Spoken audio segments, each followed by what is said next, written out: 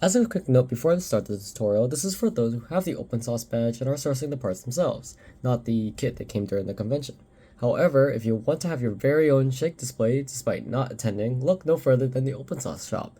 Pre-sale has been open and will ship October 15, 2025 with limited stock, so do take a look if you want to support this amazing event and have a cool project. I'll be showing a complete tutorial to assemble the OpenSauce badge from soldering to programming for people who are unsure how to complete the badge from start to end or not entirely comfortable working with this kind of stuff. Although this video is 1 month late, I hope this may motivate more people to start ordering these parts themselves and become makers. Maybe even start tinkering with Arduino and AT2085s more, since this badge is actually a pretty good introduction into bare metal programming.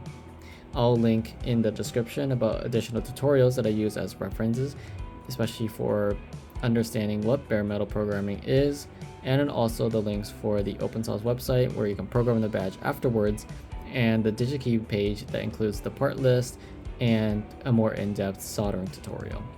Alright, let's get started. On this completed badge, I'll point out the parts that you will need to complete the circuit. On the DigiKey website, you can find all the parts listed out and the links. So you will need a CR2032 battery clip and battery. You'll need the AT2085, a 0 ohm resistor or a light jumper wire for you to use to bridge this gap and have it freely moving like that.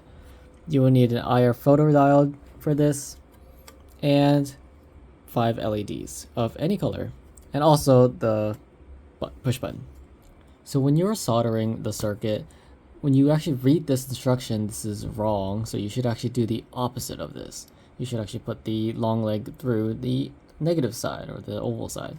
And that's pretty much all you really need to know before you start soldering, so you can go ahead and take a look at the DigiKey tutorial if you need any guidance for soldering, but I'll just show little clips of me assembling it and we'll get right into programming it.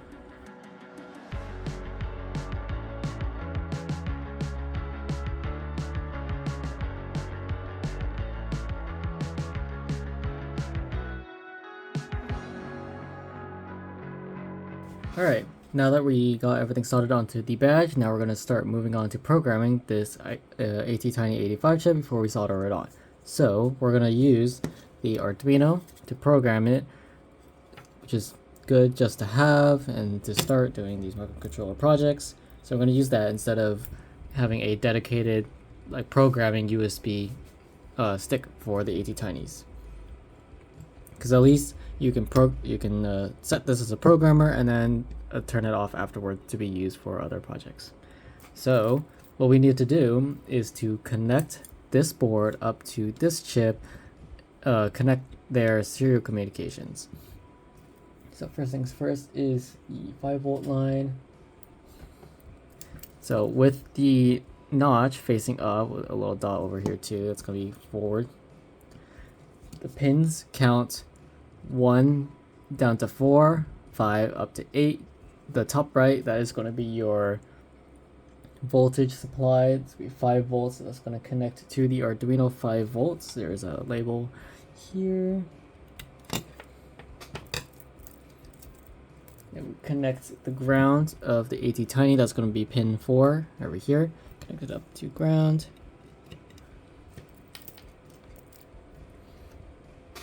Alright, then we're going to connect pin 13 on the Arduino over here.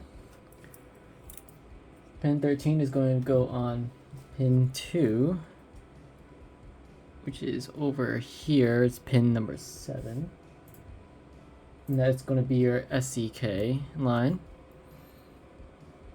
They're going to connect pin 12.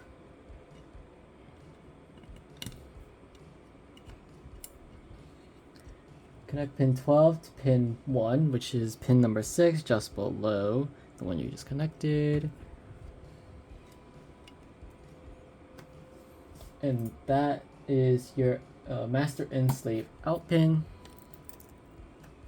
Oh, I guess this one is the clock pin. Then you're going to connect pin 11.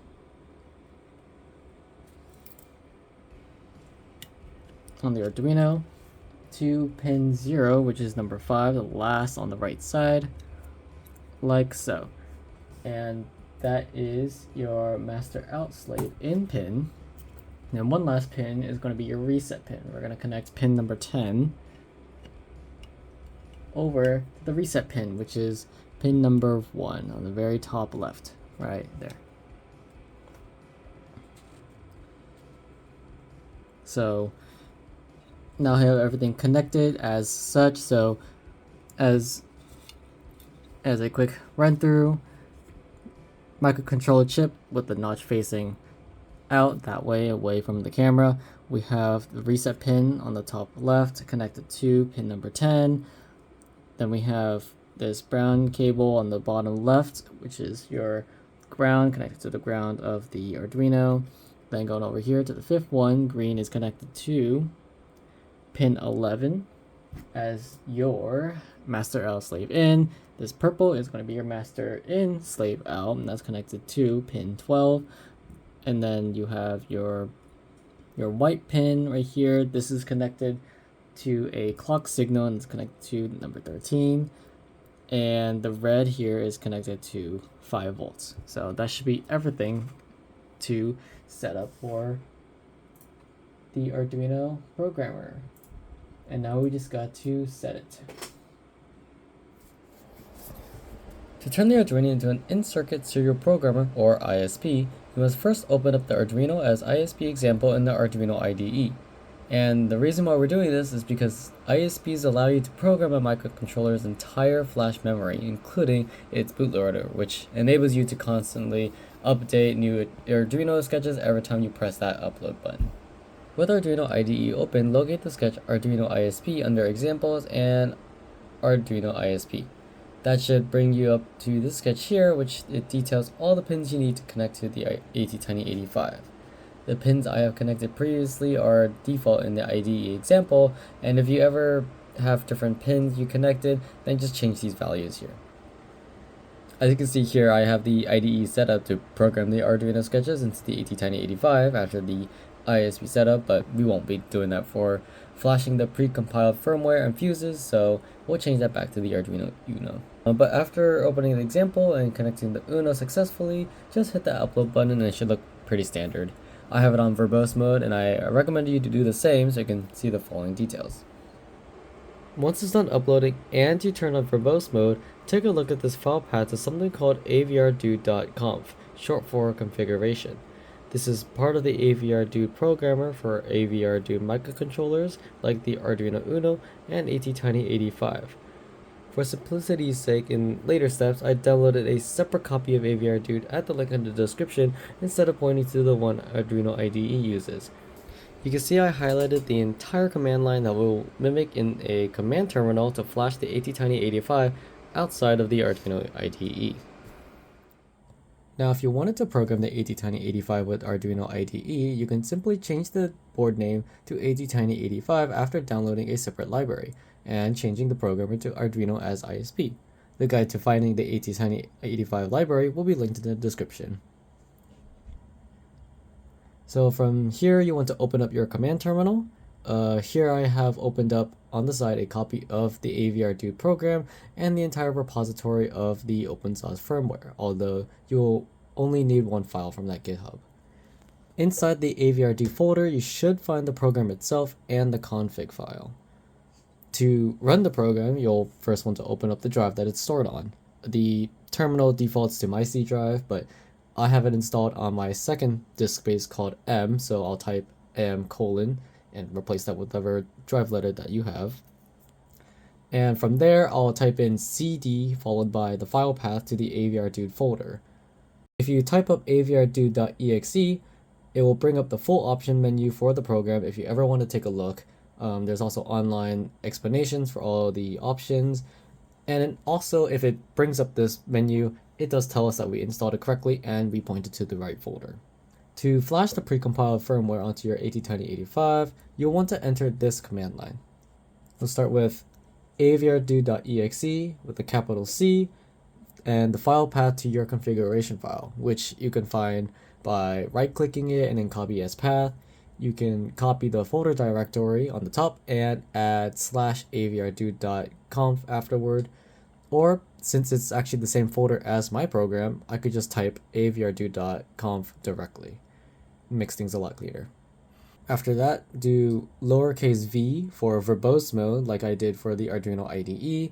It just helps debug some things if I get it wrong. Then lowercase p and then the name of the chip that you plan to program. In our case, we will type ATtiny85. After, lowercase c for the programmer chip name. STK500V1 is the Arduino Uno chip ID, and you could double check that in the Arduino IDE if you turned on that verbose mode. If you have something like a dedicated USB tiny stick, you could type in -C USB tiny. After -uppercase P for port number the Arduino is connected to, it should tell you in the Arduino IDE when you first set up this programmer. Then we do lowercase b for baud rate, which is 19,200.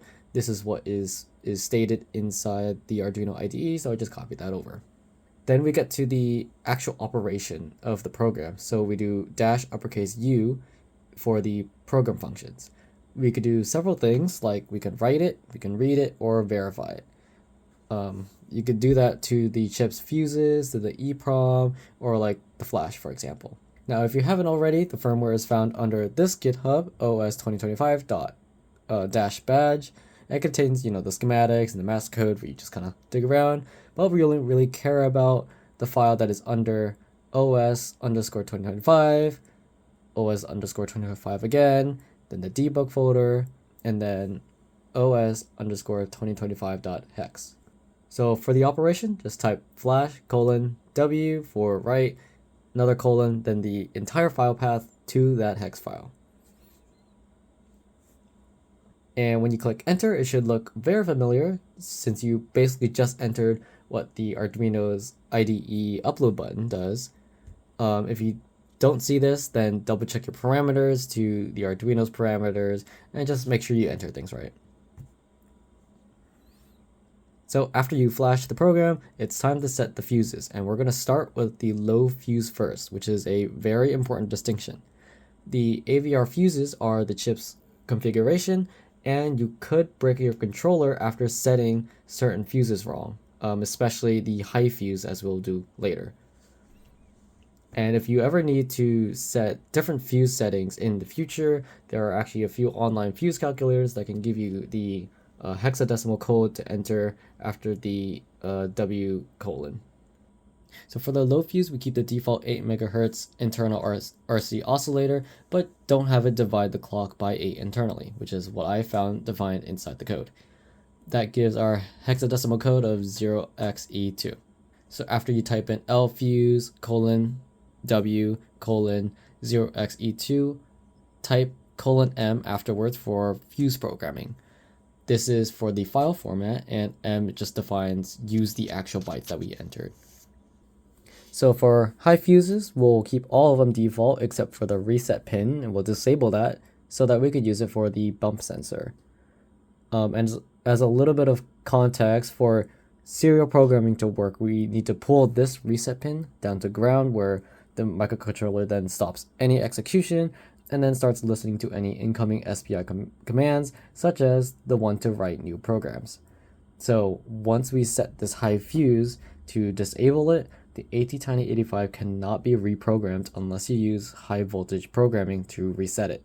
So make sure you do the flashing the program and then setting the low fuse before doing high fuse.